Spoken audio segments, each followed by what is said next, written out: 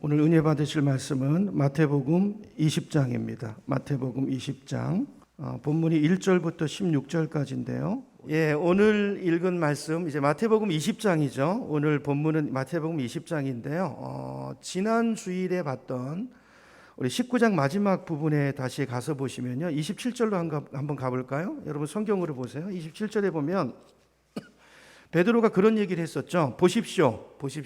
예수님에게 우리는 모든 것을 버리고 선생님을 따랐습니다. 그러니 이제 우리가 무엇을 받겠습니까? 그랬어요. 무엇을 받겠습니까? 그러니까 베드로의 이 말은요.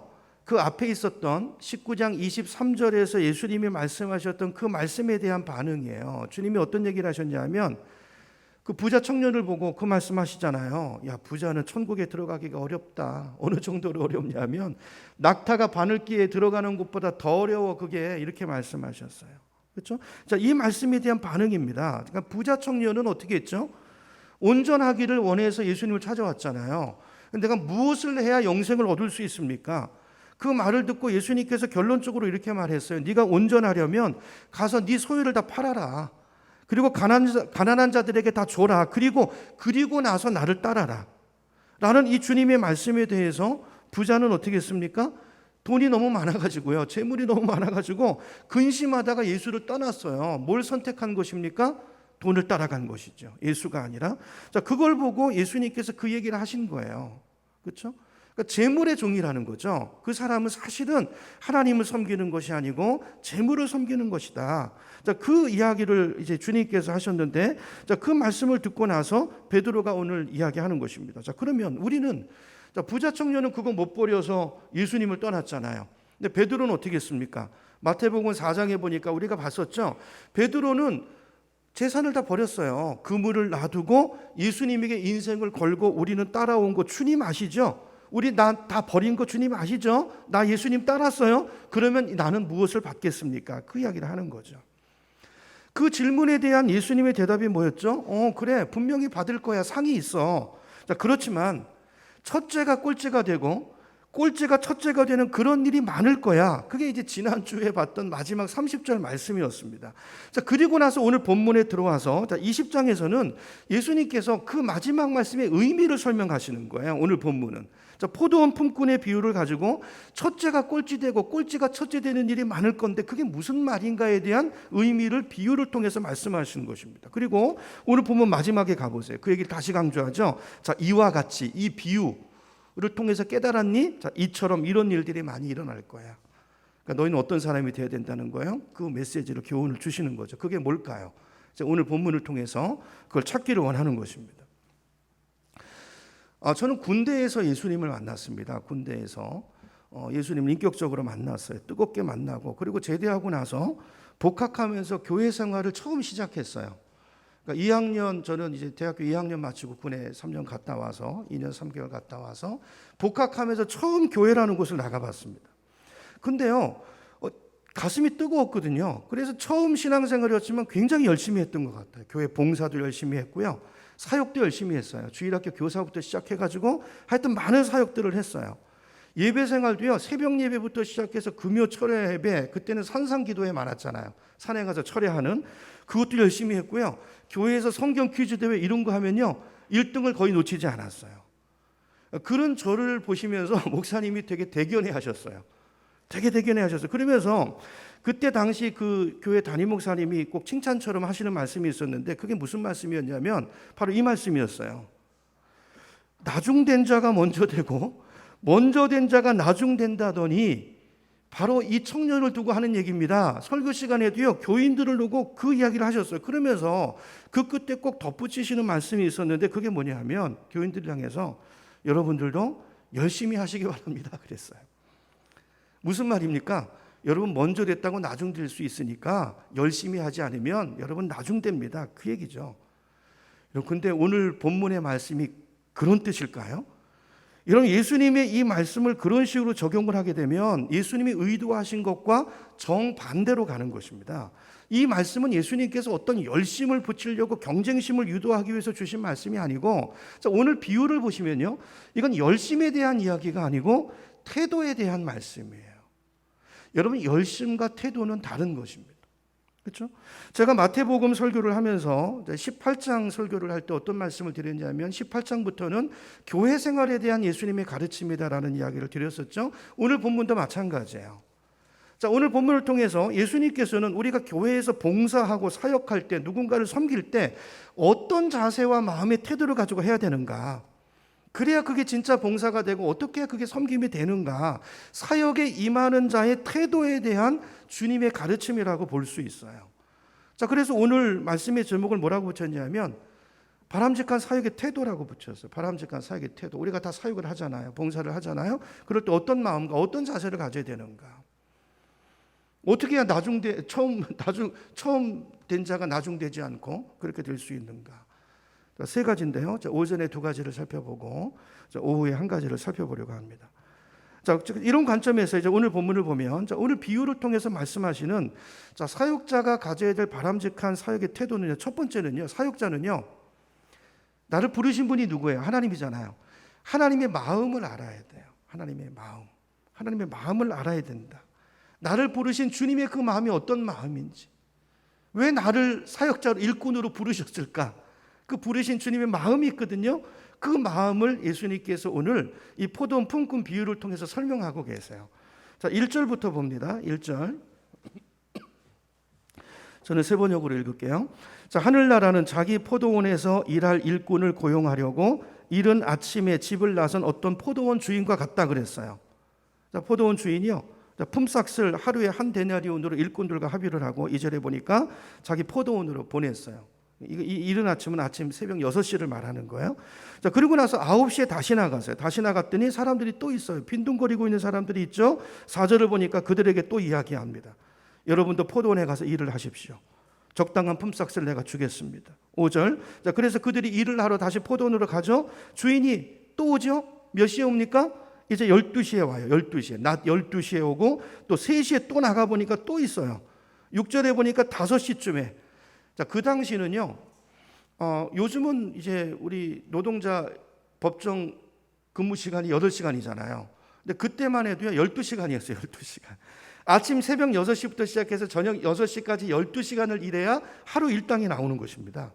근데 지금 저녁 5시면은 이제 일이 끝나기 1시간 전이에요. 그때 주인이 또 나갔어요. 나갔더니 아직도 일을 찾으려고 빈둥거리고 있는 사람들이 있다는 거예요. 그래서 그들에게 물어보죠. 당신들은 왜 이렇게 온종일 하루 종일 빈둥거리면서 일하지 않고 있습니까? 물어봤더니 7절에 뭐라고 대답합니까? 아무도 우리에게 일을 주지 않는다는 거예요. 그래서 일은 해야 되는데 해야 먹고 살잖아요. 그래가지고 우리가 서 있는 것입니다. 그랬더니 주인이 뭐라고 그래요? 당신들도 포도원에 가서 일을 하십시오. 그랬다는 거예요. 여러분, 이게 이제 일당의 개념, 방금 말씀드린 것처럼 이 당시는 12시간을 일해야 되는데, 오늘 말씀을 보면 이 주인은 놀랍게도 새벽 6시에 뿐만이 아니라 9시에도 가고요, 낮 12시에도 가고요, 3시에도 가고요, 끝나기 1시간 전에도 가서 일꾼을 찾아요.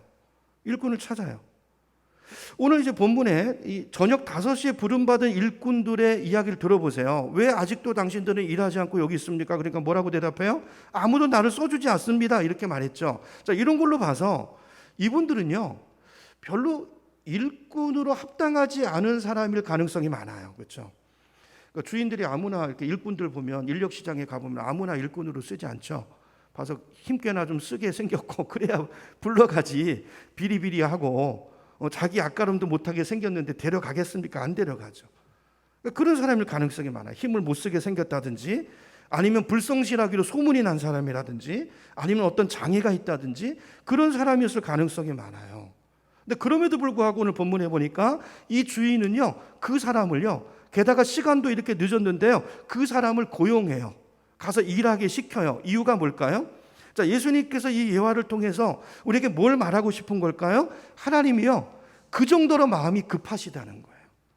일할 게 많은데, 포도원에 일할 게 많은데 일꾼이 없다는 거예요. 일꾼이 부족하다는 거예요. 그래서 하나님께서는 시간이 좀 부족해도요, 시간이 아무리 늦었어도요, 그 주인의 마음이 급해요. 일할 게 많은데, 아직 일할 일이 많은데. 그래서 어떻게 하든지 한 명이라도, 좀 부족해도, 좀 시간이 지났어도 한 명이라도 더 불러서 그 일을 마무리해야 될 마음으로 마음이 급하다는 거예요.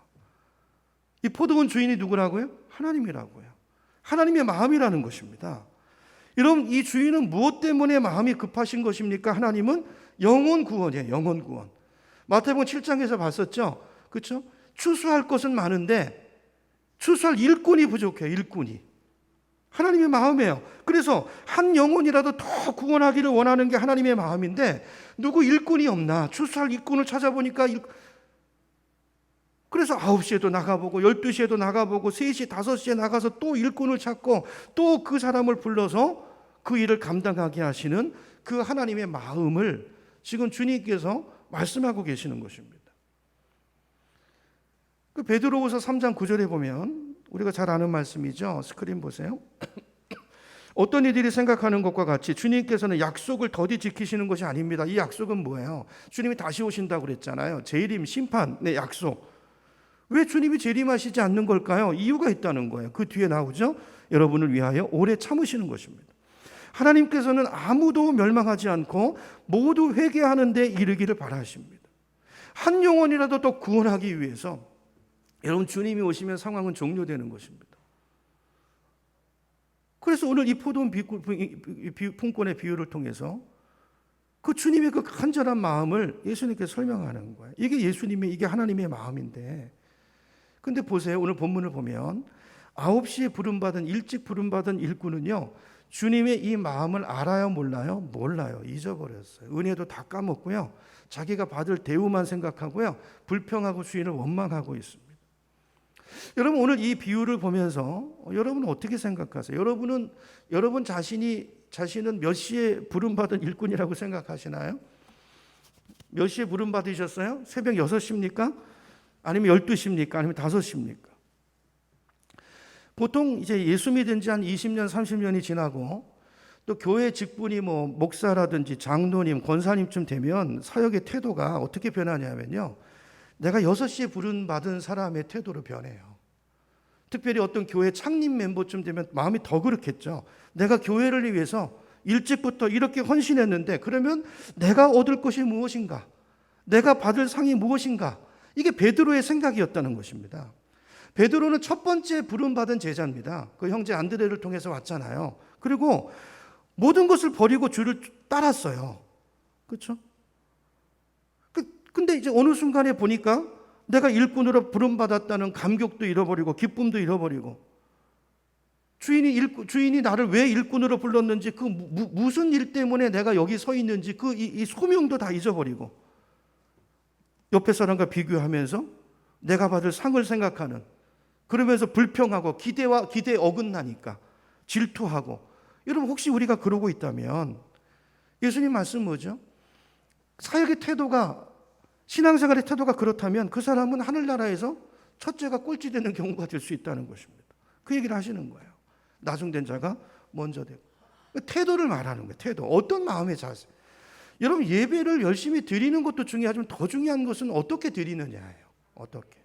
봉사를 하는 것도 중요하지만 겉으로 볼 때는 다 열심인 것 같은데요, 중요한 것은 태도에 어떤 마음으로 내가 그 섬김을 하고 있느냐. 주님은 그거를 보신다는 거죠. 그래서 주님이 받으시는 봉사 섬김이 될 수도 있고 아닐 수도 있다는 거예요. 그래서 우리가 생각하는 계산법과 하나님 천국에 가보면 결산이 다를 수 있다는 거예요. 아니, 나 이렇게 많이 했는데 왜 결산이 이렇게 적어요? 이럴 수 있다는 거죠.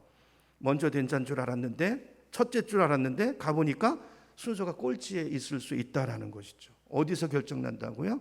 마음의 자세가 잘못되어 있으면 그럴 수 있다는 것입니다. 오늘 이 비유에서 볼 수 있는 하나님의 마음은, 여러분, 하나님은 영혼 구원에 대한 마음이 굉장히 급하시다는 거예요. 그러므로 여러분, 오늘 우리가 부름 받았다는 것은 그 사역자의 가져야 될 가장 첫 번째 마음은 나를 부르신 그분의 마음이에요. 그렇죠? 그 마음이 내 삶에, 내 사역에, 모든 일의 동기에 그 마음이 새겨져 있어야 되는 것입니다. 그렇다면 우리 삶의 자세가 어떻게 돼야 될까요? 나를 부르신 분의 마음이 그 마음이라면 나도 내 삶의 가장 우선순위가 영혼 구원에 가 있어야 되겠죠. 그래야 주님의 일꾼이죠. 그렇죠? 주님의 일꾼이라면 말이죠. 그것을 가장 우선순위에 두고 그것이 내 소명이 되는 삶을 살 때 그게 일꾼된 바른 자세라고 말할 수 있지 않겠습니까? 왜냐하면 그게 내가 부름받은 이유니까. 그것이 주님이 나를 부르신 목적이니까 그렇지 않겠냐는 말이죠. 자, 요즘은 이제 우리 코로나 바이러스 사태 때문에 교회의 사명이, 성도의 사명이 이제 복음 전도고 영혼 구원하는 일인데 이게 정말 쉽지 않게 돼 버렸죠. 이제 우리가 우리 스스로 우리끼리 모이는 것도 어렵고, 그러니까 훈련하는 건 더 어렵고, 그러니까 여러 가지 면에서 이제 전도하기가 굉장히 어려운 환경이 된 것은 분명한 사실입니다. 자, 그럼에도 불구하고 오늘 우리가 이 말씀을 보면서 잊지 말아야 되는 것은 우리의 상황과 현실이 어떠하든지 간에 내가 누구인가를 잊어버려서는 안 된다는 거예요. 교회 존재 목적이 뭐죠? 영혼 구원에서 제자 만드는 사역이에요. 이게 교회를 향한 하나님의 변하지 않는 기대고요, 하나님의 소원이고요, 우리가 감당해야 될 우리의 본질적인 사명이라는 것입니다. 그렇기 때문에 내가 정말 주님의 일꾼으로 부름받았다는 그 정체성이 있다면 내가 하나님의 자녀라면, 여러분 제자라면, 그러면 환경이 어렵다고 그냥 주저앉아 있으면 안 되죠. 그건 부름받은 일꾼의 자세가 아니죠. 그냥 가만히 앉아가지고 상황이 안 되니까 안 돼, 코로나가 빨리 종식돼야지, 뭐 할 수 있는 게 없어, 자, 이렇게 해서는 안 되고, 뭔가 그 상황 속에서 일꾼이라면, 이 주님의 마음을 안다면 뭔가 그 속에서 내가 할 수 있는 최선을, 방안을 간구하고 방법을 찾게 될 거예요. 여러분, 이건 직장 생활을 하나 어디서나 마찬가지입니다. 그렇죠? 그분은 그 사람을 고용한 분이 있잖아요. 이거는 당연한 자세죠. 당연한 자세. 오늘 이제 이게 이런 면에서 이제 내가 지금 바르게 살고 있는가를 우리가 좀 각자가 점검해 봐야 된다고 저는 생각합니다. 전에처럼 이런 거예요. 이제 한 장소에서 이제 모일 수가 없다면 이제 뭐 앞으로 어떻게 될지 모르지만 뭐 또 영상으로 이제 예배를 드려야 되고, 또 그렇다면 지금 상황 속에서 가장 최선이 뭔가 이제 우리가 방법을 찾아야 되겠죠. 상황들을 보고 대비해야 되겠죠.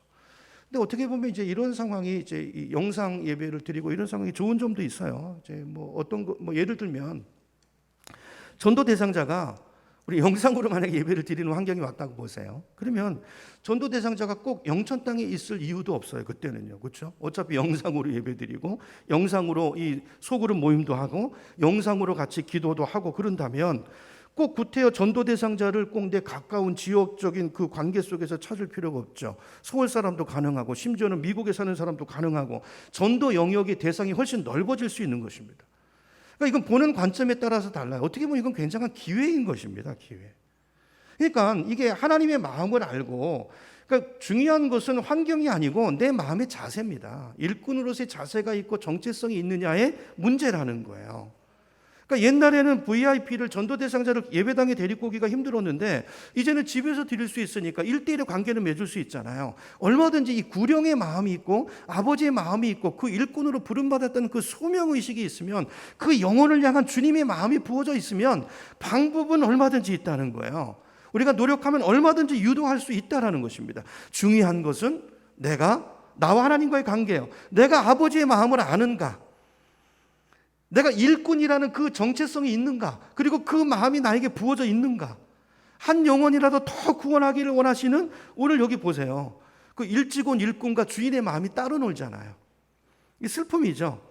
그렇죠? 주님의 마음을 품고 어떻게 하든지 그 영혼을 구원하려는 마음을 가지고 뭔가 방법을 찾고 뭔가 새로운 걸 시도하고 그럴 때 하나님께서 반드시 그 사람 가운데, 그런 모임 가운데 역사해 주신다는 거예요. 그렇게 최선을 다해서 우리 삶에, 여러분의 부르심에 합당한 자의 삶을 살아가고 그렇게 주님과의 관계 속에서 신앙생활을 해나갈 수 있는 저와 여러분 되기를 축원합니다. 하나님은 그런 일꾼이 필요하신 거예요. 자, 그래서 우리가 예수님을 영접하고 나면 성경을 보면요, 하나님께서는 우리로 하여금 뭔가 하나님을 위해서 일하고 싶은 마음의 소원을 주세요. 여러분, 그 소원이 있으십니까? 하나님의 나라를 향한 소원이 있으신가요? 이거는 내가 예수를 영접하면 누구에게나 오는 마음이라는 거예요. 빌립보서 2장 13절인데요. 우리 한번 성경을 보겠습니다. 빌립보서 2장 13절. 제가 읽어볼게요. 보세요. 눈으로 보세요. 하나님은 여러분 안에서 활동하십니다. 여기 하나님은 누구죠? 성령 하나님이에요. 예수는 영접하면 성령 하나님이 내 안에 오십니다. 내 안에서 뭐 하신다고요? 활동하세요. 자, 어떤 활동을 하냐면 그 중에 하나가, 자, 여러분으로 하여금 하나님을 기쁘시게 해드릴 것을 어떻게 하게 하신다고요? 염원하게 하신대요. 그걸 간절히 원하게 하신다고요. 그죠? 그리고 그것을 어떻게 하게 하신다고요? 실천하게 하시는 분입니다. 이게 원어 뜻을 보면요, 그 염원한 것을 내가 실행할 수 있도록 나를 도우시고 지혜도 주시고 능력도 주시고 마음도 주셨잖아요, 처음에. 그걸 이루시는 분, 우리를 격려해서 그걸 이루어 가시는 분이 성령이라는 거예요. 여러분, 구원의 확신이 이런 거예요. 이런 거. 내 안에 이런 게 일어나면 나는 구원받은 사람이라는 거예요. 내가 구원받았습니까? 여러분, 자기 확신, 내가 구원받았다는 자기 확신으로 구원받습니까? 그런 이상한 확신이 어디 있어요? 이런 성경적인 확신을 말하는 거예요. 구원의 확신이 이런 거예요. 이런 거. 예를 들어서 하나, 이런 거. 그러니까 예수님을 영접하고 나면 어떤 생각이 드냐면 이런 생각이 들어요. 내가 이렇게 살면 안 되지.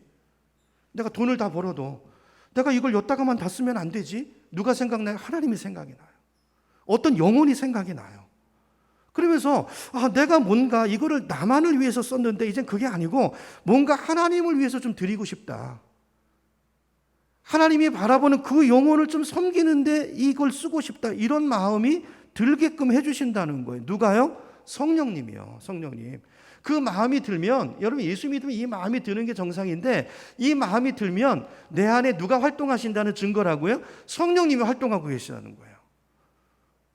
그러면 예수 믿는 거. 그럼 내가 잘 가고 있구나. 이게 당연한 거라는 것입니다. 근데 만약에 예수님을 영접한 지 1년이 지나고 2년이 지나고 3년이 지났는데도 불구하고 이런 마음이 전혀 안 든다면, 하나님 나라에 대한 어떤 열정도 소망도 생기지 않고 영혼을 봐도 본동만동하고 우리 안에 지체가 어려움을 당해도 그는 그고 나는 나고 이렇게 여전히 머물러 있다면 여러분 어떻게 생각해 봐야 돼요? 내가 구원받은 게 진짜 맞나? 이 생각을 다시 해봐야 된다는 거예요. 이게 사도 바울의 이야기예요. 서신서에 이런 이야기들로 가득 차 있습니다. 여러분 요즘은 코로나 사태 때문에 교회 사역이 다 많이 막혀 있지만 이것도 마찬가지예요. 여러분 우리가 새로운 방법을 찾아야 돼요. 여러분 사랑하면 보인다는 말 아시죠? 사랑하면 보입니다. 사랑하면 보여요. 그렇죠? 우리가 교회 안에서 모일 수 없는 상황이라도 내가 정말 하나님을 사랑하면 방법을 찾아요. 자, 그러므로 지금 사역이 막혀 있습니까? 우리가 정말 하나님을 사랑하고 하나님과의 바른 관계 속에 있고 내가 일꾼이라는 그 자기 정체성이 있다면, 자, 이제 우리는 어떻게 해야 되죠? 교회 안에서 모일 수 없다면 우리 사역은 밖을 향해서 나가는 것입니다. 영혼을 향해서 나가야 되는 거예요. 여러분 우리 교회 리더십들은, 사역부장님들 특별히 이제 우리 그 9월 첫째 주에 이 얘기를 좀 나누려고 하는데요. 이런 부분에 대해서 하반기 사역 그냥 이러고 있을 것인가? 지금 이제 with 코로나라는 말이 나오죠. 그런 신조어까지 만들어졌죠. 이제 백신이 나오면 이제 집단 방역이 이루어지고 이제 코로나를 종식시킬 거라고 생각했는데 지금 그렇지 않죠. with 코로나. 그러니까 인간이 백신을 만들어가는 속도보다 바이러스들이 생존하기 위해서 이 변화되는 몸부림의 속도가 지금 더 빠르다는 거 아니에요? 이 델타 변이를 통해서. 그렇죠? 집단 방역이 지금 영국의 어떤 과학자들 같은 경우 미국에서 마찬가지고요. 이게 지금 이제는 이제 같이 함께 살 준비를 해야 된다. 이게 지금 거의 결론으로 돼가고 있지 않습니까? 이제 우리가 고민해야 돼요. 이게 현실이라면. 이걸 통해서 주시는 메시지가 있죠. 교회 안에서 사역을 할 수 없다면 그러면 사역이 멈춰야 되는 것입니까? 그게 아니고 이 상황 속에서, 이 위기 속에서 우리는 어떻게 해야 될 것인가를 고민하고 나갈 수 있어야 되죠. 지금 보면요, 사회 모든 영역이 멈춰져 있습니다. 그런데 하나님의 소원인, 다 멈춰도요, 하나님의 소원인 교회가 멈춰지면 안 돼요. 교회가 멈추면 하나님의 소원인 영원 구원 사역이 멈춰지기 때문에 어떤 경우에도 우리가 멈춰서는 안 된다는 것입니다. 뭔가 새로운 방안을 찾아야 되고 뭔가 새로운 수단을 강구해야 되는데, 여러분 성경은요 이런 약속들로 가득 차 있어요. 구하면 주신다는 것입니다. 그리고 이건 더더군다나 하나님의 뜻이에요. 예수 하나님은 적극적으로 구하라고 말씀하셨어요. 우리 마태복음이니까 마태복음 7장으로 한번 가보겠습니다. 여러분 성경으로 스크린에 없죠? 마태복음 7장 7절로 가보세요. 마태복음 7장 7절.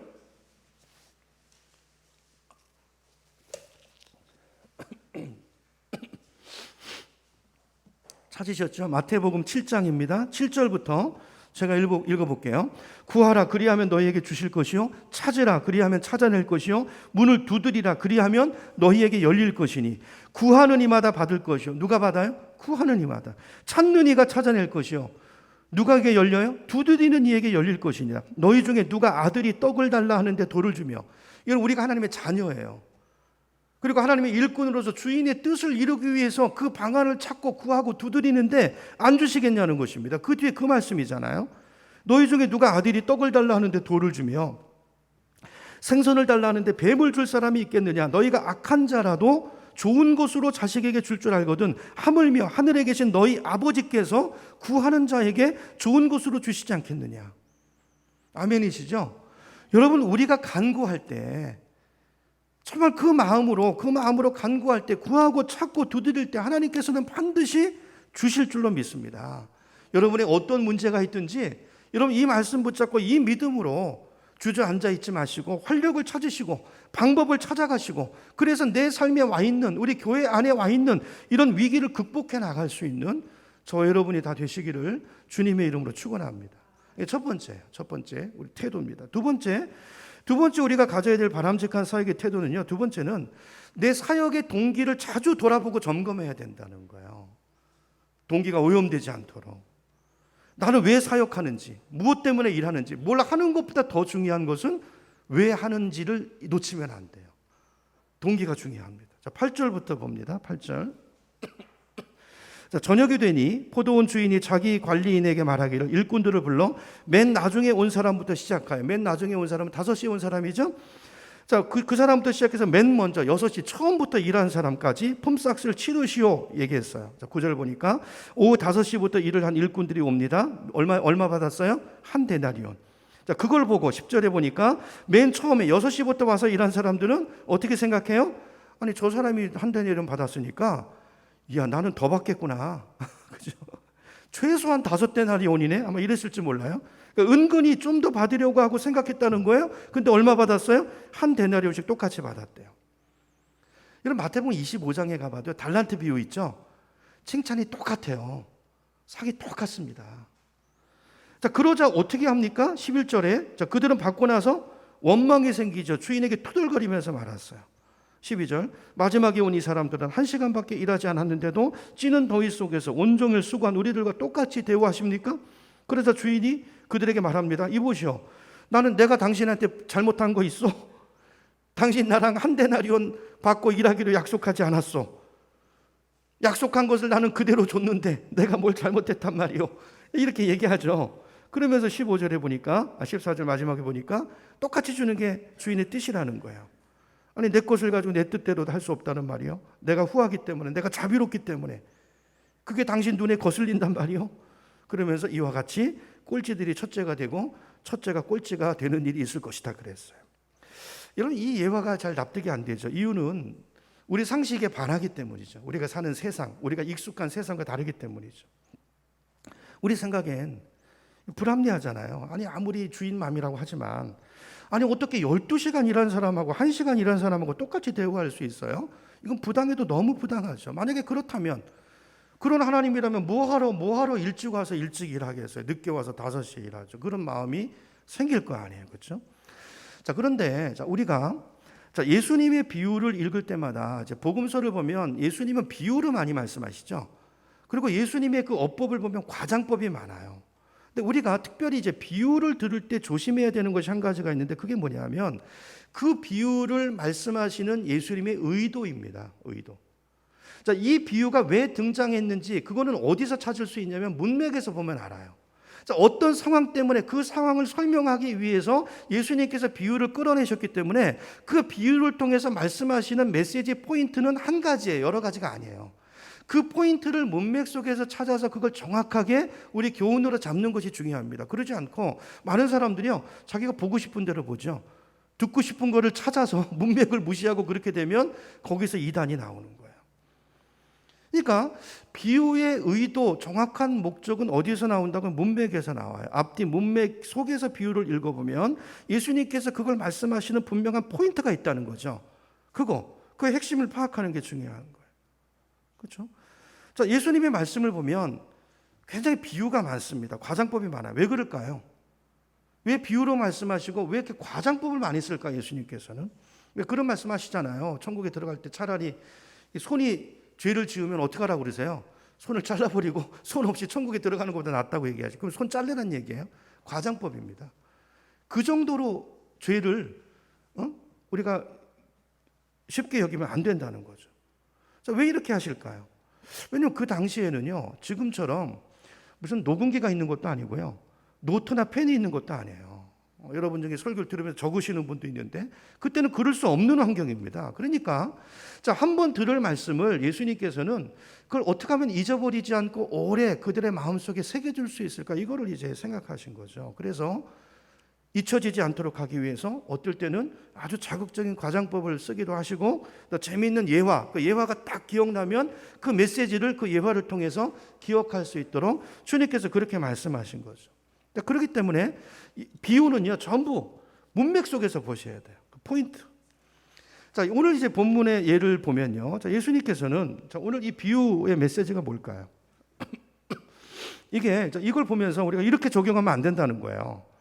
하나님은 1시간 일한 사람이나 12시간 일한 사람이나 우리식으로 말하면 일찍 예수 믿은 사람이나 늦게 믿은 사람이나 봉사를 많이 한 사람이나 조금 한 사람이나 하나님 다 똑같이 대우하시는 분이구나, 이렇게 생각하면 안 된다는 거예요. 이 비유를 그렇게 적용하시면 성경 잘못 해석한 겁니다. 이 비유는 그걸 말하는 본문이 아니라는 거예요. 그죠? 또 이 예화는요, 장차 우리가 받을 상급을 설명하는 비유도 아니에요. 상급을 줄 때 어떤 공정성, 어떤 룰을 가지고 주는 그거를 설명하는 비유도 아닙니다. 또 서두에 말씀드렸지만 첫째가 꼴찌되지 않으려면 경쟁적으로 더 열심히 해야 된다. 저 사람보다 더 많이 일해야 네가 더 앞서갈, 이거를 말씀하는 건 더더욱 아니에요. 자, 그렇다면 오늘 이 비유, 포도원 이 일꾼의 비유의 핵심은 뭘까요? 서두에 말씀드렸지만 사역의 동기를 말씀하는 것입니다. 자, 우리가 하나님의 일을 할 때, 또 주님을 따라갈 때 따르는 그 우리의 마음 자세가 어떠해야 되는가를 이야기하는 비유예요. 자, 아까 말씀드렸던 것처럼 이제 오늘 본문은 19장 27절에 아까 이제 봤던 그 베드로 질문에 대한 예수님의 답변이라고 그랬잖아요. 그러니까 베드로가 생각해 볼 때 베드로의 마음에는 어떤 게 있는 거예요? 부자 청년과 자기를 비교하고 있죠. 그렇죠? 그리고 자기는 먼저 부름받은 제자고, 제일 먼저 부름받은 제자고, 우리가 또 다음 주에 볼 그 제자들끼리 그 야고보와 그 엄마를 데리고 와서 치맛바람을 일으키잖아요. 그게 다 이런 동기에서 나온 거죠. 그렇죠? 나는 가장 먼저 믿었고, 가장 열심히 했고, 헌신도 많이 했고, 그러니까 나는 좀 높은 자리에 올라가겠네요. 그 질문에 대한 예수님의 답변인 거죠. 그렇죠? 그러니까 새로운 세상, 베드로의 마음 속에는 뭐가 있는 거예요? 아, 내가 이렇게 헌신했으니까 하나님의 나라에 가면 나는 보다 많은 상을 받겠구나, 높은 자리에 가겠구나, 어떤 특별한 대접을 받겠구나라는 뭐가 있는 거죠? 기대가 있는 거예요. 기대감. 거기에 대한 예수님의 대답은 뭐라고요? 보상은 분명히 있지만, 그런데 지금 네가 하는 사역의 동기가 네가 받을 그 보상의 상에 초점이 맞춰 있고 그 기대를 가지고 지금 어떤 일을 하고 있다면 너는 천국에 갔을 때 첫째가 아니고 꼴찌가 될지도 몰라. 지금 이 말을 하고 계시는 거예요. 여러분, 이게 우리에게도 마찬가지입니다. 우리가 교회 일을 할 때도 그렇고요, 사람을 섬길 때도 그렇고 돌아올 보상을 기대하고 하시면 안 된다는 거예요. 어떤 일을 할 때, 누군가를 섬길 때 어떤 인정도, 여러분 어떤 칭찬도 기대하지 마시기 바랍니다. 누가 알아줄 것도 기대하지 마시기 바랍니다. 왜냐하면요, 뭔가를 기대하는 사람은요, 그러니까 기대하기 때문에 또 열심히 해요. 누군가에게 인정받기 위해서. 근데 그 기대에는요, 항상 그 사람을 실망시키게 돼 있어요. 낙심시키게 돼 있어요. 왜냐하면 항상 결과는 그 사람의 기대에 미치지 못하기 때문에 그래요. 여러분, 자꾸 뭔가를 기대하면 나중에 자기가 뭔가를 보상을 받았다 할지라도 그게 성에 차지 않습니다. 많이 받지 못한 게 돼요. 그럼 그 사람의 마음 상태가요, 가장 적게 받은 사람보다 마음이 더 못한 상태가 된다는 거죠. 그래서 불평이 나오고 감사를 잃어버리고 은혜를 다 쏟아버리는 것입니다. 그래서 예수님께서 첫째가 오히려 꼴찌 된다고 말씀하시는 거예요. 그러니까 오늘 이 비유를 통해서 주님이 말씀하시는 요지는 뭐냐면 너의 마음 상태를 지금 돌아보라는 거예요. 나를 따르는 마음이, 동기가 뭔지, 네가 그 사역을 하고 있는 그 동기가 뭔지 그거를 항상 점검하라는 것입니다. 나는 어떤 마음으로 지금 이 사역을 하고 있는지. 만약에 이것을 통해서 돌아올 어떤 그 무언가에 대한 기대가 이 속에 숨겨져 있다면 너는 나중에 아무리 많이 받더라도 만족하지 못하게 될 것이고 그 기대 때문에 그런 마음이 그것이 동기가 돼서 하는 일은 하나님께 연락되지 못할 것이고 부작용이 많아요. 너는 결국 꼴찌가 될 수 있다. 그 말씀을 하는 거죠. 그러면 이제 오늘 이 비유에 나오는 이 사람들, 일찍 부름받은 사람들 있죠. 이 사람들은 왜 만족하지 못하고 불평을 한 것일까요? 두 가지로 볼 수 있는데 첫 번째는요. 자기가 이제 일꾼으로 쓰임 받았다는 게 이게 얼마나 큰 은혜인가를 잊어버린 거예요. 어느 순간에. 여러분 그 당시 일용자들이 일자리를 구한다는 거는요. 이건 하늘의 별따기입니다. 별따기예요. 우리나라는 지금 뭐 살기가 좋아져 가지고 어려운 일 안 하려고 그러잖아요. 그래서 저기 동남아시아나 거기서 와서 우리 뭐 3D 업종들을 다 메꾸고 있잖아요. 근데 여러분 지금 북한 같은 데 가서요. 북한이 얼마나 먹고 살기 어렵습니까? 그런 데 가서 한번 일용직 일꾼을 한번 고용해 보세요. 한 명을 뽑으면요. 아마 수천 명이 몰려들걸요. 마찬가지입니다. 오늘 이 본문에 나오는 이 일꾼들은요. 정말 운 좋게 일자리를 구한 거예요. 당시는요. 일할 수 있다는 것 자체가 은혜입니다. 그러던 시대예요. 그렇잖아요? 그러니까 늦게 부름받은 사람도 행운하지만 사실은 자기도 행운아인 거예요. 그렇죠? 그 주인을 만나서 일할 수 있는 기회를 부여받았고, 그렇죠? 그렇게 그 자체가 이게 은혜고 행운이라는 것을 어느 순간부터 잊어버린 거죠. 우리도 그럴 수 있다는 것입니다. 우리도 이제 신앙생활 하다 보면 내가 하나님 앞에 얼마나 큰 은혜를 받은 사람인가를 놓칠 때가 있어요. 그걸 잃어버릴 때가 있어요. 그래서 은혜로 그게 동기가 돼서 일을 하고 뭔가를 섬겨야 되는데 그게 아니고 어느 순간부터 남을 비교하기 시작하고, 그렇죠? 내가 더 먼저 부름받았고 이런 생각들로 차게 되면 은혜를 다 까먹고 비교하게 되고 거기서부터 모든 동기를 잃어버리게 된다는 것이죠. 여러분 이 시간에 한번 자기를 생각해 보세요. 만약에 내가 구원받지 못하고 하나님의 부르심을 받지 못했다면 지금 이 순간 이 시간 어디서 뭘 하고 있을까요? 저는 그 생각을 지금 생각해 보면 저는 지금도 아찔할 때가 있어요. 여러분 우리가 구원받은 것 자체가 은혜이지 않습니까? 내가 지금 여기 살아있고 숨쉬고 있고 내가 하나님께 쓰임받고 있다는 이 자체가 놀라운 은혜죠. 어떻게 나 같은 사람이 아까 5시에 부름받은 사람 제가 설명드렸잖아요. 다른 데 가서 어디 일할 수도 없는 사람일 수 있어요. 그렇죠? 그 사람을 은혜로 부르신 것입니다. 우리의 부르심이 이렇다고 사도 바울이 고린도서에서 말하고 있지 않아요? 우리 중에 문벌 좋은 자가 없고, 그렇죠?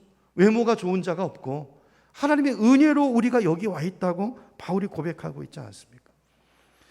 저는 지금도 제 뇌리에 잊혀지지 않는 장면이 있어요. 여러분 삼풍백화점 아시죠? 옛날에 그 서울 서초동에서 무너진 백화점 기억나시나요? 그때 백화점이 무너질 때요. 제가 바로 그 옆에 있었어요. 거기 들어가서 그 백화점에 들어가서 뭔가를 일을 보고 장을 보려고 하다가 갑자기 일이 생겨가지고 잠깐 멈추어 있는 사이에 백화점이 무너져 버렸어요. 그때 제가 아마 그 일이 생기지 않아가지고 백화점 안에 들어갔다면 어떻게 됐을까요? 지금 여기 없겠죠. 여러분 못 만나봤겠죠. 여러분 저는 그때요. 지금도 그 기억이 생생한데요. 굉장했었잖아요. 저 하나님이 저 살려주셨다고 믿어요. 그때 그 상황 속에서. 그것뿐만이 아니고요. 제 인생의 여정들을 보면 제가 이제 미국에 가서 한 6, 7년 살 때도요. 하나님이 저뿐만이 아니고 우리 가족들을 여러 번 살려주셨어요. 여러 번. 제가 전에 설교 때 말씀드렸던 기억이 있죠. 그 눈이 정말 폭설이 내리는데 그 차를 끌고 그 일기예보를 보지 못했어요. 그래가지고 로키 산맥을 넘어가는데 중간에 폭설이 오기 시작하는데 여러분 미국은 눈이 와도 엄청납니다. 엄청나요.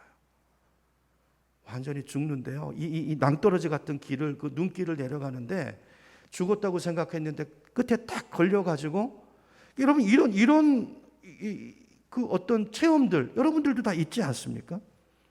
저는 지금도 가끔 가다가 그때 백화점이 무너졌을 때 아니면 그 로키 산맥에서 그때 내가 죽었으면 내가 지금 어디가 있을까 생각할 때가 있는데 어디가 있을까요?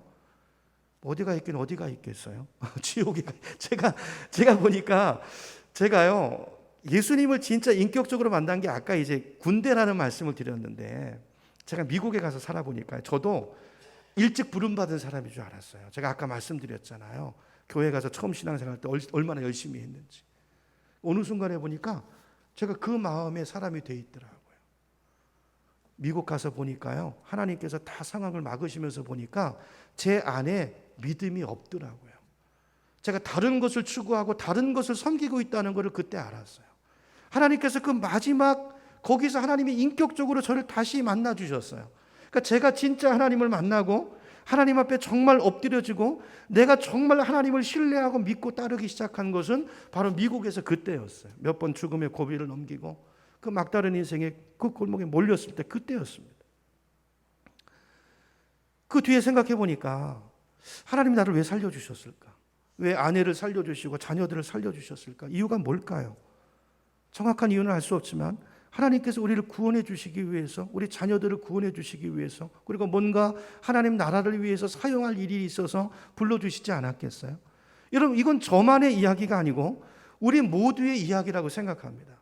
자, 이런 관점에서 보면 우리 모두는요, 덤으로 사는 인생이에요, 지금. 하나님이 우리를 불러주시고 구원하지 않았다면 우리가 지금 어느 자리에 어떤 모습으로 있겠습니까? 저만 그런 것이 아니고 여러분 한 분 한 분 인생을 보면 예수 믿지 않던 그 시절에서조차도 누군가를 통해서 나를 구원해 주시고 누군가를 통해서 위기 가운데 나를 도와주시고 나를 살려주셨던 그런 인생의 경험들이 있으시잖아요. 그것이 하나님의 은혜이고 나를 구원하시고 나를 일꾼으로 쓰시려는 하나님의 부르심이었다는 걸 기억하시고 오늘 이 말씀을 통해서 우리 남은 인생 주님의 그 은혜와 그 사랑을 잊어버리지 말고 이제부터 우리가 하는 모든 사역과 모든 섬김과 모든 봉사는 그 하나님의 은혜에 대한 부르심에 대한 감사에서 기쁨에서 우러나오는 그런 섬김이고 봉사가 되어야 될 줄로 믿습니다. 우리 마음 깊은 감사의 우물에서 뿜어져 나오는 그 무언가가 우리 사역의 원천이 되고 동력이 되어야 된다는 거예요. 여러분, 그러므로 감사의 우물을 절대로 마르게 해서는 안 됩니다. 오늘 본문에 나오는 이 처음 부름받은 사람들 그걸 잊어버린 거예요. 내가 얼마나 큰 은혜를 받은 사람인지 내 스스로가 얼마나 행운아인지를 잃어버리고 다른 사람과 비교하는 자리로 갔던 것입니다. 그렇죠? 아마 마지막에 그 비교되는 상황이 오기 전까지는 이 사람들이 막 일하면서 기쁨이 있었겠죠. 이제 퇴근할 시간이 2시간, 1시간, 30분 다가갈수록 야, 이제 30분만 일하면 이제 내가 일당을 받게 될 건데 요거 받아가지고 내가 우리 새끼들 먹일 그 음식거리를 사가지고 내가 집에 들어갈 수 있을 것이다. 그 소망과 기쁨으로 일했을 거예요. 근데 늦게 들어온 사람이 한 데나리온을 받는 걸 보고 엉뚱한 기대가 올라온 거죠. 자기 은혜를 잃어버리고. 그렇죠? 그래서 그 비교 의식이 올라옴으로 인해 가지고 그 마음이 없어져 버린 것입니다. 여러분, 오늘 이 말씀을 보면서 다시 한번 우리 마음속에 내 사역의 동기, 내가 신앙생활하는 동기가 무엇인지를 오늘 비유를 통해서 다시 한번 점검해보는 예배가 됐으면 좋겠어요. 이런 비교 의식은 마귀가 가져다 주는 것입니다. 그렇죠? 아버지의 마음을 알고 나의 부르심에 맞게 그 은혜, 하나님에 대한 그 감사가 우리 삶의 모든 이유가 되고 동기가 돼서 남은 인생을 그 기쁨으로, 그 감격으로 남은 인생을 걸어갈 수 있는 저와 여러분 모두의 삶이 되기를 예수님의 이름으로 축원합니다.